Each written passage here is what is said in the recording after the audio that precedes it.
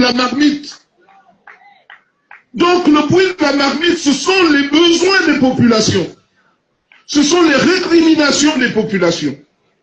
Donc il faut absolument que ceux qui sont placés par le président auprès du feu aient les moyens de s'occuper de la marmite. Mais ils n'ont pas de moyens. Tout est concentré à Libreville.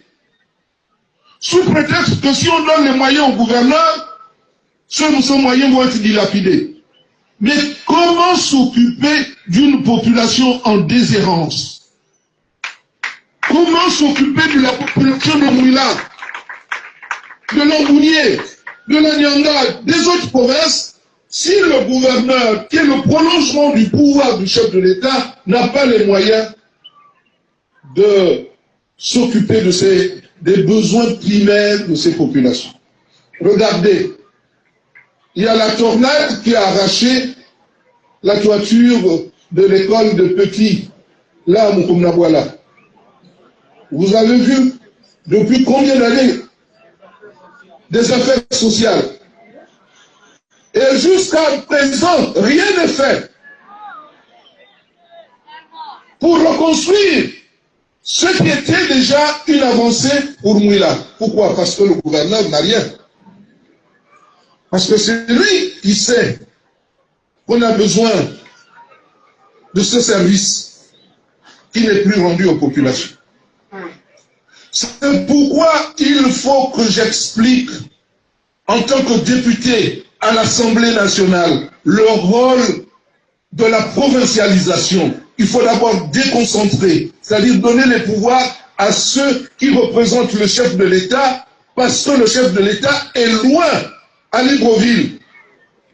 Nous sommes obligés de partir d'ici pour espérer avoir la vie à Libreville. Or, à Libreville, nous n'avons rien pour nous recevoir.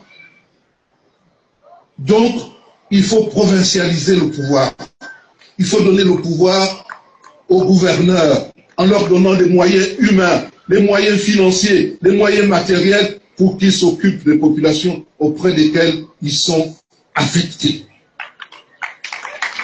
C'est ça, d'abord l'explication de la véritable déconcentration. Ensuite, la décentralisation. Il faut expliquer au pouvoir que normalement, ce sont les petits bourgeois qui ont créé les communes. Ceux qui avaient des petits commerces, donc qui étaient dans les affaires.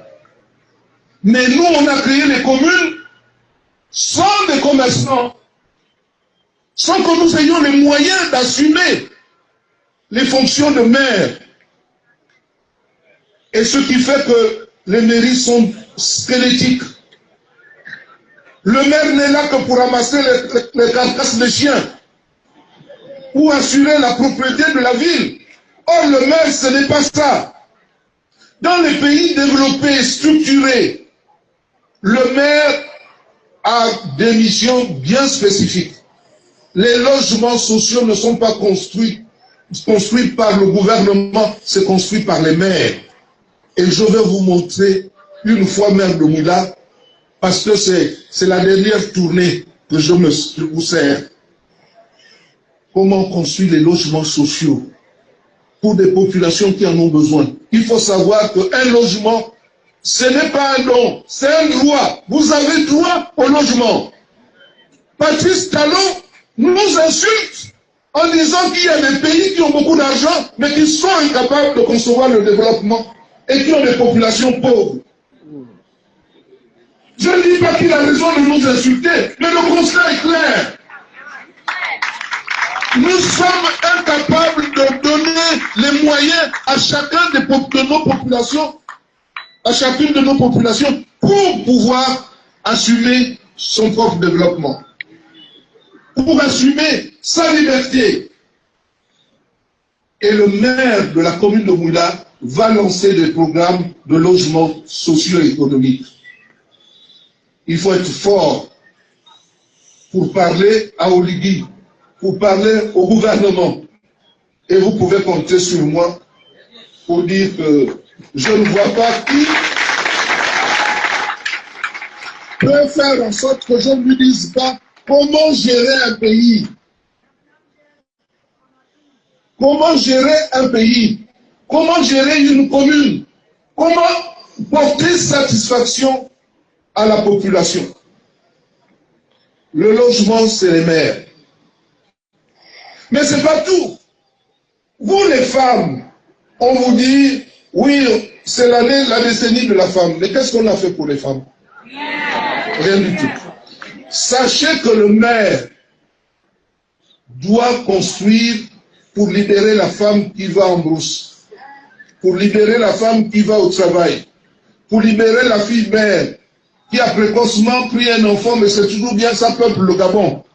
Pour qu'il aille toujours à l'école, on va mettre dans chaque quartier des haltes garderies. Pour que la femme qui va en brousse, au lieu d'avoir son enfant au dos, laisse l'enfant au quartier dans une maison propre à une femme qui est payée par la mairie. Pour garder les enfants de ceux qui vont faire des plantations, c'est-à-dire s'occuper d'aller travailler ou d'aller à l'école. C'est ça, libérer la femme. Il faut des haltes garderies qui seront construites par la mairie. Il faut des jardins d'enfants. Il faut des crèches. Et tout ça, on va s'efforcer de mettre ça dans chaque quartier pour faciliter la vie de nos mamans, de nos femmes et de nos filles.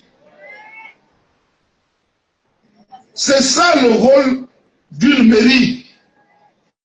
Et ensuite, on va lancer des programmes de logement socio-économique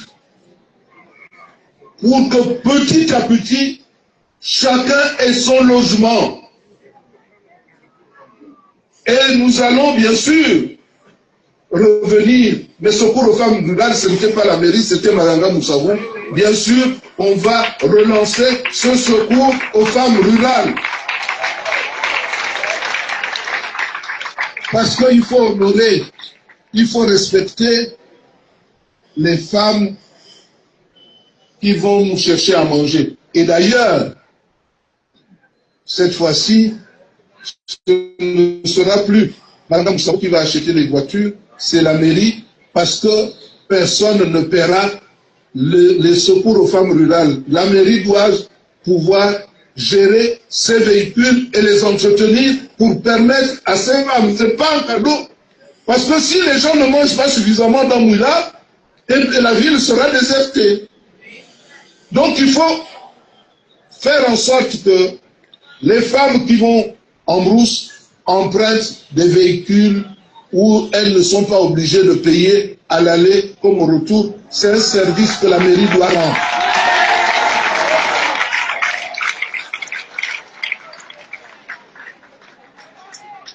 Il faut que vous sachiez que quand on parle de décentralisation, cela veut dire que l'État va donner des missions aux communes.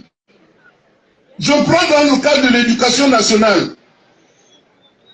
Ce sont les maires qui vont construire les écoles communales. Ce sont les maires qui vont s'occuper de distribuer les cahiers. Ce n'est plus Malanga Moussavou qui va distribuer les cahiers. Normalement, chaque maire doit veiller à ce qu'il y ait du matériel didactique. Nous avons suffisamment d'argent dans ce pays pour que les enfants gabonais ne paient pas la scolarité.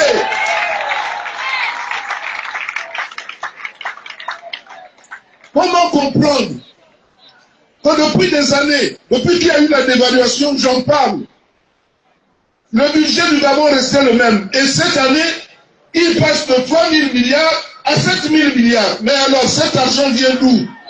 Ça veut dire que cet argent était dissimulé. C'est ce qui a fait la richesse de beaucoup.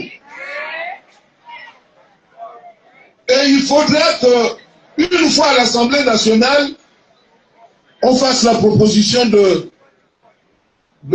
contrôler l'utilisation du budget, de contrôler les sources du budget du Gabon, d'où vient cet argent, où va cet argent et comment cet argent est utilisé. Il faut des vrais gens.